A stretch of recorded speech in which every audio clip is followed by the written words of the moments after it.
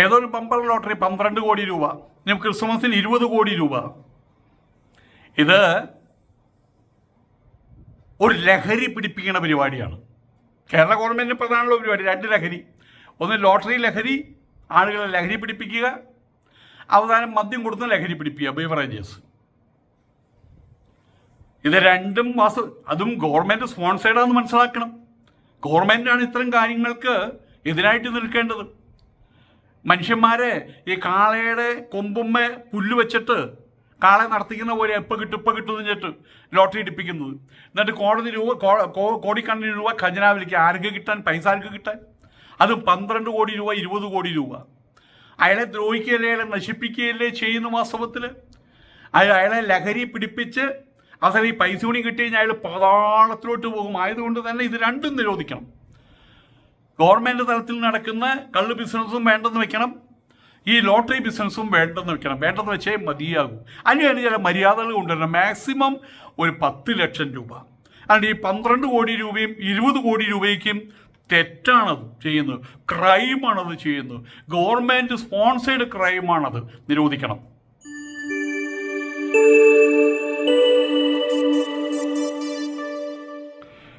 നമസ്കാരം. ഇന്ന് ഞാനൊരു ഇത് കണ്ട് പൂജ മെമ്പറോ ഏതോ ഒരു ഇത് പൂജ 12 കോടി ഒരു കൊല്ലത്തൊരു ആൾക്കാണത് കിട്ടിയിട്ടുള്ളത്. ആ പ്രൈസ് കിട്ടിയിട്ടുള്ളത് അദ്ദേഹത്തിനാണ്. ഇതൊരു ശരിയല്ലാത്ത പരിപാടിയാണ്. എനിക്ക് ഇതിനെ ആകെ കൂടി ദൈവവാക്കാം, ഇത് ശരിയല്ലാത്ത പരിപാടിയാണ്.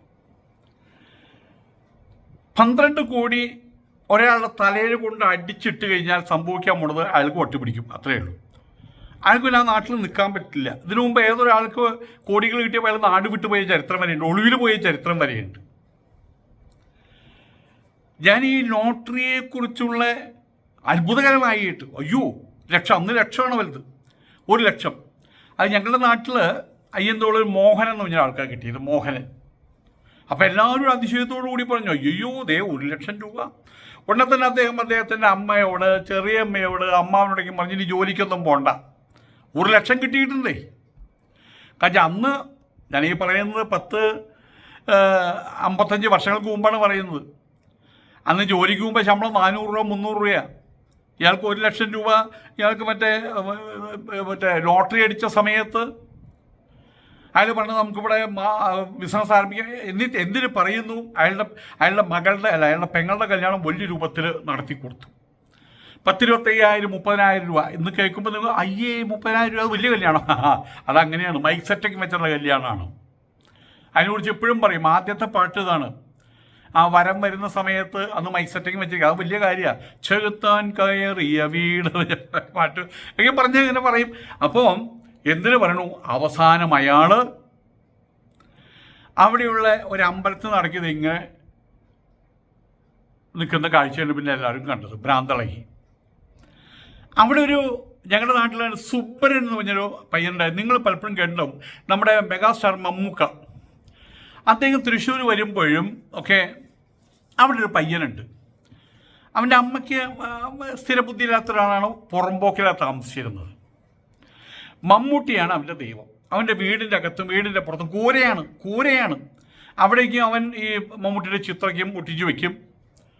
മമ്മൂട്ടിൻ്റെ പോസ്റ്റർ, പുതിയ സിനിമ ഇറങ്ങുമ്പോൾ ആ പോസ്റ്റർ വാങ്ങിച്ചിട്ട് അവൻ്റെ രൂപത്തിൽ അവിടെ ഇവിടേക്ക് ഒട്ടിച്ചു വയ്ക്കും.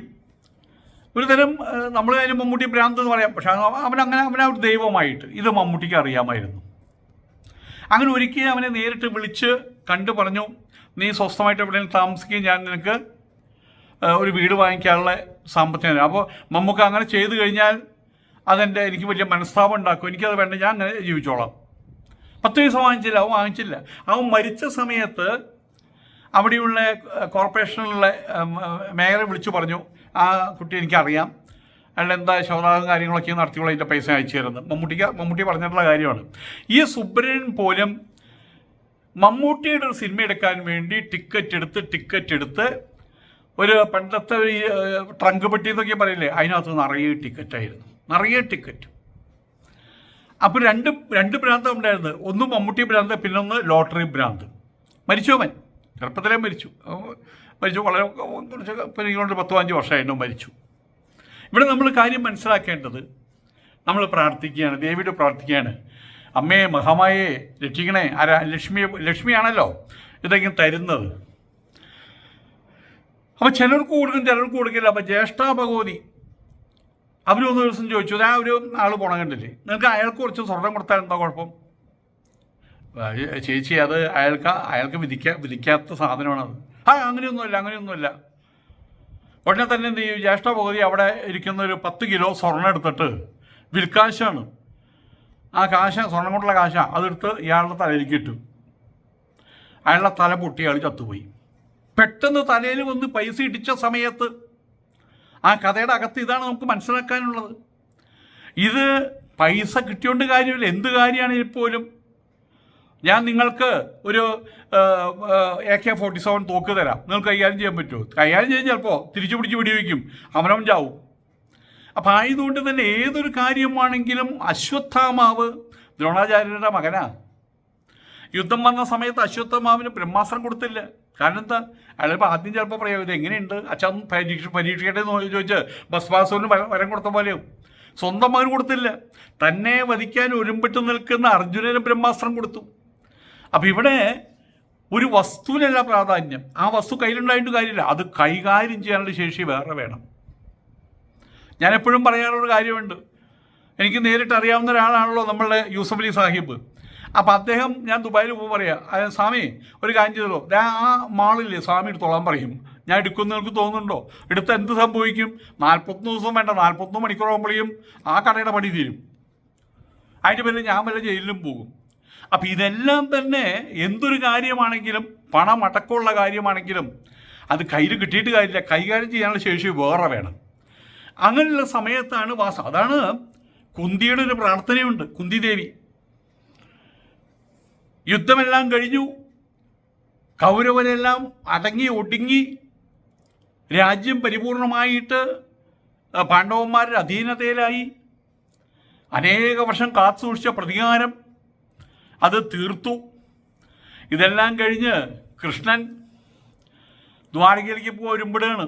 വരുമ്പോൾ സമയത്ത് കുന്തി ദേവി അച്ഛൻ്റെ പെങ്ങളാണ്, മനസ്സിലാക്കണം, അച്ഛൻ്റെ പെങ്ങൾ കൂടിയാണ്. വന്ന് ചോദിച്ചു, അമ്മായി ഞാൻ എന്തെങ്കിലും അവിടെ പോയിട്ട് ദുബായിൽ പോയിട്ട് വരുമ്പോൾ എന്തെങ്കിലും കൊണ്ടുവരണമെന്നുള്ളത് നീ എന്തെങ്കിലും പറയാനുണ്ടോ ചോദിച്ചപ്പോൾ അവർ പറഞ്ഞു, വേണ്ട കൃഷ്ണ, ഒന്നും വേണ്ട. അപ്പം അന്നാണ് ആദ്യമായിട്ട് ഭഗവാനെ വിളിക്കുന്നത്, ഭഗവാനെ എനിക്കൊന്നും വേണ്ട. അതുപോലത്തെ ഐശ്വര്യമാണ് വന്നു കയറിയത്. ഇനി എന്താ സംഭവിക്കാൻ പോണെന്ന് അറിയില്ല, ഞാൻ നിന്നെ മറന്നു പോകുന്ന പോലെ എനിക്ക് ഭയമുണ്ട്. ആയതുകൊണ്ട് തന്നെ നിറഞ്ഞ ദുഃഖങ്ങൾ തരൂ കൃഷ്ണ എന്നാ പറഞ്ഞത്. ഈ ജന്മം കൊണ്ട് അവസാനിക്കട്ടെ എല്ലാം, നിറഞ്ഞ ദുഃഖങ്ങൾ തരൂ കൃഷ്ണ. വിഭീഷണന് വലുതായിട്ടുള്ളൊരു വയറുവേദന ഉണ്ടായിരുന്നു. ശ്രീരാമൻ അവിടെ വന്നു, രാവണനെ പരാജയപ്പെടുത്തി, രാവണൻ്റെ ധാർഷ്ട്യം തീർത്തു, രാവണന് മോക്ഷം, അറിവാണ് കേട്ടോ മോക്ഷം, അത് കൊടുത്തു. അതിനുശേഷം തിരിച്ചു വരുന്ന സമയത്ത് ലക്ഷ്മണൻ പറഞ്ഞു, വിഭീഷണ നിനക്കൊരു വയറുവേദനയുണ്ടല്ലോ ഇടയ്ക്ക്, ഉദരശൂലം, ഒന്ന് ജ്യേഷ്ഠനോട് പറഞ്ഞൂടെ? ഇത് കേട്ട സമയത്ത് ഇങ്ങനൊരു കാര്യം ഉണ്ടല്ലേ, ശ്രീരാമൻ ഉടനെ കൈ ഉയർത്തി അനുഗ്രഹിക്കാൻ. ആ വേദന പോകട്ടെ എന്ന് പറയുമ്പോൾ അരുത് ഭഗവാനെ, അരുത്, ആ വേദന അവിടെ തന്നെ നിൽക്കട്ടെ. ആ വേദന വരുമ്പോൾ ഞാൻ വിളിച്ചു കരയുക, ഭഗവാനെ രാമ, തോന്നിവാസമല്ല. ഇപ്പോൾ ഇവിടെ കുറേ ആൾക്കാർ ജയ് ശ്രീരാം വിളിച്ചിട്ടുള്ള അതുപോലെ ആക്രോശമല്ല, ഭഗവാനെ രാമ ഇങ്ങനെ വിളിക്കാറ്. ആ ഉദരശൂലം ഞാൻ മരിക്കുന്നവരവിടെ നിൽക്കട്ടെ രാമ, അത് വരുമ്പോൾ എനിക്ക് നിന്നെ സുഖമായിട്ട് ഓർക്കാൻ കഴിയും. ഇനി ഞാൻ രാജാവാകാൻ പോവുകയാണ്. പിന്നെ ആൾക്കാർ പറയാനുണ്ട്, ഇന്നും പല സമയത്തും രാമേശ്വരം നിൽക്കുമ്പോൾ ആ വിളി കേൾക്കാത്രേ, രാമ എന്നുള്ള വിളി കേൾക്കാത്രേ. അതൊരു വിശ്വാസം, നല്ല വിശ്വാസം. ആ പറഞ്ഞു വരുന്നത് വെറുതെ വഴി കൂടെ നടക്കുന്ന ആളോട് പോയിട്ട് തങ്ങൾ വരിക, എന്നിട്ട് അയാളെ 1 കോടി രൂപ അയാളെ കൊടുത്തു വെച്ച് കഴിഞ്ഞാൽ ഒരു 24 മണിക്കൂർ കഴിയുമ്പോൾ ജയിലിൽ കാണാം അയാളെ. അയാൾക്കത് കൈകാര്യം, അല്ലെങ്കിൽ അയാളെ എല്ലാവരും കൂടിയിട്ട് അയാളെ അടിച്ച് തമ്പോറാക്കിയിട്ട് മൂലയ്ക്ക് ഇട്ടിട്ട് ആ പൈസയും കൊണ്ടുപോകും. അപ്പം ആയതുകൊണ്ട് തന്നെ നമ്മളൊരു കാര്യം മനസ്സിലാക്കേണ്ടത്, അനാവശ്യമായിട്ട് പെട്ടെന്ന് തലയിൽ പൊട്ടി വീഴുന്ന ഏത് ധനമാകട്ടെ, അത് പേരാകട്ടെ, പെരുമയാകട്ടെ, അധികാരമാകട്ടെ, സമ്പത്താകട്ടെ, എന്ത് കാര്യമാണെങ്കിൽ പോലും പെട്ടെന്ന് വന്ന് കയറുന്ന സമയത്ത് നമ്മൾ ഭഗവാനോട് പറയേണ്ടത് എന്താ അറിയാമോ? ഈശ്വര, ഇതെന്താ ഇങ്ങനെ? എല്ലാം കൊണ്ടും എനിക്ക് എല്ലാം കൂടി വന്ന് ചേരുകയാണല്ലോ ഭഗവാനെ. ഇതിലൊന്ന് അഭിനമിക്കുന്ന സമയത്തായിരിക്കും നിന്റെ അവസാനം അടുത്ത കളി വരാൻ പോകുന്നത്. പേടിയാവുകയാണ് ഭഗവാനെ എന്ന് പറയണം. പൈസ കയ്യിൽ നിന്ന് പോയാൽ പേടിക്കേണ്ട ആവശ്യമില്ല. പൈസ എന്നല്ല, എല്ലാ സമ്പത്തും കയ്യിൽ നിന്ന് പോയി. അവസാനം നമുക്ക് തരിമൂല നിവാസി വൃക്ഷത്തിൻ്റെ തൊട്ടിലിങ്ങനെ കഴിയുന്നു.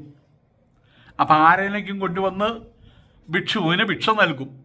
ചിലപ്പോൾ ഒരു പൊതി ചോറായിരിക്കും, അതിലൊരു പാക്കറ്റ് ബിസ്ക്കറ്റായിരിക്കും. വെള്ളം പിന്നെ നമുക്ക് വേണ്ടത്രയും ഉണ്ടല്ലോ.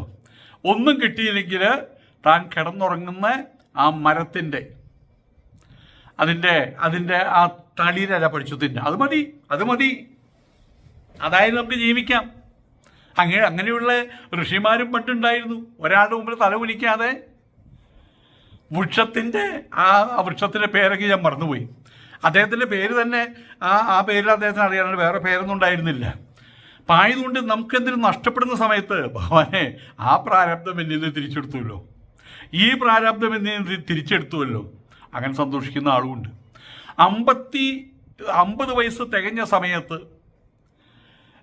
എനിക്കറിയാവുന്ന ഒരാളാണ്. അങ്ങനെ വർക്ക്ഷോപ്പ് ഉണ്ടായിരുന്നു, 2 വർക്ക്ഷോപ്പ് ഉണ്ടായിരുന്നു കൊച്ചിയിൽ. അപ്പോൾ 50 വയസ്സ് വരെ കാത്തിരിക്കുക. അപ്പോൾ ചിന്മയാൻ സ്വാമിയുടെ പ്രഭാഷണത്തിൽ പറയും 50 വയസ്സ് കഴിഞ്ഞാൽ പിന്നെ വാനപ്രസ്ഥത്തിൽ പൊക്കോളൂ എന്നൊക്കെ. ഇയാളെന്ത് ചെയ്തു? 2 ആൺമക്കളുണ്ട്. 2 ആൺമക്കൾക്ക് സാധനം വീതിച്ചു കൊടുത്തു. ഇനി ഞാൻ ഋഷികേശിലേക്ക് പോകാൻ പോകുമെന്ന് പറഞ്ഞു.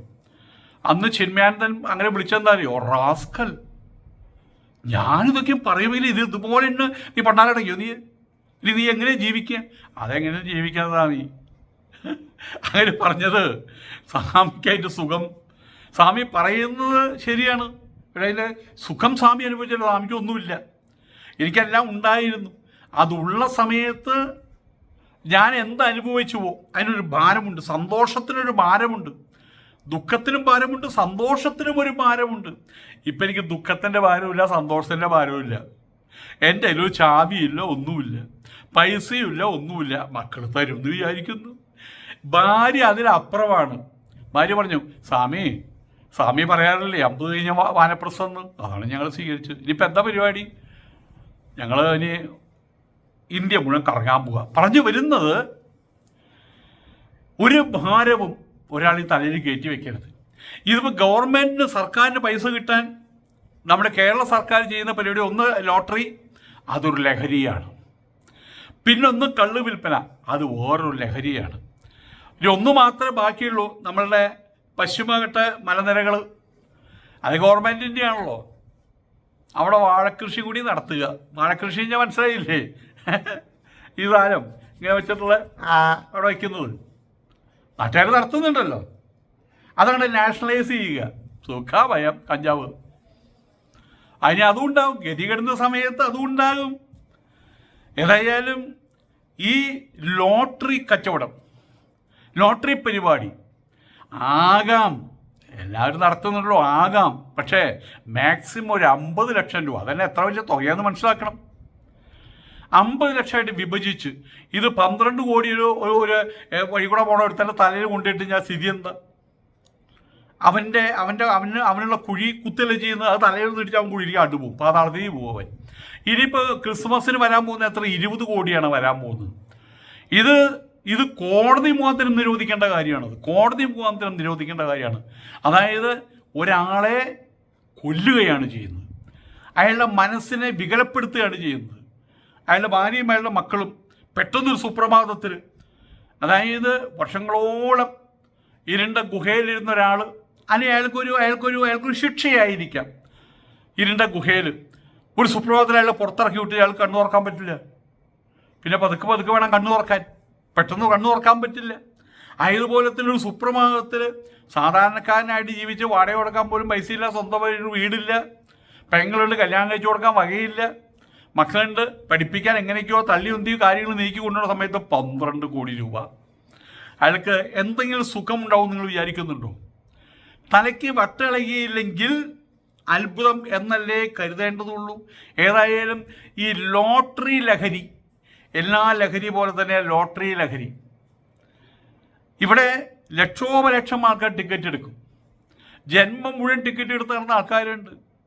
ഇന്നല്ലെങ്കിൽ നാളെ കിട്ടും, നാളെ അല്ലെങ്കിൽ മറ്റന്നാൾ കിട്ടും, മറ്റന്നാളെങ്കിൽ മറ്റന്നാൾ കിട്ടും എന്നും പറഞ്ഞ് അതിൻ്റെ ഇടയിൽ ഇങ്ങനത്തെ ഓരോന്ന് വരുന്ന സമയത്ത് 12 കോടി അടിച്ചു. അയാളെ ചെട്ടിവാദ്യവും മന്ത്രവാദ്യമൊക്കെ വേണ്ടിയിട്ട് എഴുന്നള്ളിച്ചു കൊണ്ടുതന്നെ കണ്ടു. അപ്പം എനിക്ക് തോന്നിയത് എന്താണെന്നറിയാമോ, പണ്ട് ഒരു നിർദ്ധനായിട്ടൊരാളുണ്ടായിരുന്നു ഒരു വീട്ടിൽ. അയാളെ തിരിഞ്ഞു നോക്കില്ല. അയാൾക്ക് കത്തിച്ച് എഴുന്നേറ്റ് കിടക്കാൻ പറ്റാതെ അത്രയുള്ള ഒരാൾ തിരിഞ്ഞു നോക്കില്ല. അങ്ങനെ ഇരിക്കുന്ന സമയത്ത് അയാൾ വലിയ പ്രതാപിയൊക്കെ ആയിരുന്നു, നാട്ടുകാരെയും സഹായിച്ചിട്ടുള്ള ആളാണ്. അപ്പോൾ അയാൾ ദുഃഖത്തിലിരിക്കുമ്പോൾ ഏതൊരു സന്യാസി വര്യൻ അവിടെ വന്നു കാര്യം പറഞ്ഞു, ഞാനൊരു പെട്ടി തരാം, തുറന്നു നോക്കരുത്, ദിവസം കാലത്തെടുത്ത് ഒരു കുലുക്കു കുലിക്കുള്ളൂ എന്ന് പറഞ്ഞു. 2-3 കുലുക്കു കുലിക്കാനും ഒരു 5-6 മന്ത്രവും പറഞ്ഞു കൊടുത്തു. അത് ആ മന്ത്രം ഉറക്കെ വിളിച്ചുകൊണ്ട് ഈ പെട്ടിയിൽ 5-6 വട്ടം കുലുക്കാൻ പറഞ്ഞു. അതോടുകൂടിയിട്ട് ആൾക്കാർ മുഴുവൻ വന്ന് അതിൻ്റെ അടുത്ത് വന്ന്, സുഖല്ലേ? അപ്പോൾ അയാൾ പറയും, ഞാൻ പറയാം. എന്താ വിശേഷം? ഞാൻ പറയാം. അസുഖങ്ങളൊന്നുമില്ലല്ലോ, ഞാൻ പറയാം. ഇയാൾ ഞാൻ പറയാമെന്നേ പറയുള്ളൂ. അവസാനം ആരോ ഒന്ന് ചോദിച്ചു, എന്ത് ഞാൻ പറയാമെന്ന് പറഞ്ഞത്? നിങ്ങൾ എന്നോടല്ലല്ലോ സുഖമുണ്ടോ എന്ന് ചോദിക്കുന്നത്. ഞാനെടുത്തുന്ന കുലുക്കുന്ന പെട്ടിയുണ്ടല്ലോ, ആ പെട്ടിക്കകത്ത് കിടക്കുന്ന എന്താണെന്ന് അറിയാത്തതുകൊണ്ടല്ലേ, അതിൻ്റെ പേരിലല്ലേ നിങ്ങൾ സുഖമുണ്ടോ എന്ന് ചോദിക്കുന്നത്. ഇത്ര കാലം നിങ്ങൾ ചോദിച്ചില്ലല്ലോ. അപ്പം ഞാൻ പറയുന്നത്, നിങ്ങൾ എന്നോടല്ല സുഖമുണ്ടോ എന്ന് ചോദിക്കുന്നത്, ആ പെട്ടിയോടല്ലേ, പെട്ടിയോട് പോയിട്ട് പറയാമെന്നാ പറഞ്ഞേ. കേട്ടോ? എന്തായാലും ലോട്ടറി പരിപാടി മനുഷ്യന്മാരെ അവരുടെ എല്ലാ വിധത്തിലുള്ള നിലകളും ആന്തരികമായും ഭൗതികമായിട്ടുള്ള എല്ലാ നിലകളെയും ഇല്ലാതാക്കി കളയുന്ന, അതിനെ വികലപ്പെടുത്തുന്ന ഒരവസ്ഥയാണ് സംജാതമാക്കുന്നത് ഈ ലോട്ടറി പരിപാടി. അത് തെറ്റാണ്. അത് സംസ്ഥാന സർക്കാർ ചെയ്യുന്ന ക്രൈമാണ്. അതിനപ്പുറമൊന്നും പറയാനില്ല. ആയതുകൊണ്ട് അത് നിരോധിക്കണം. നമസ്കാരം.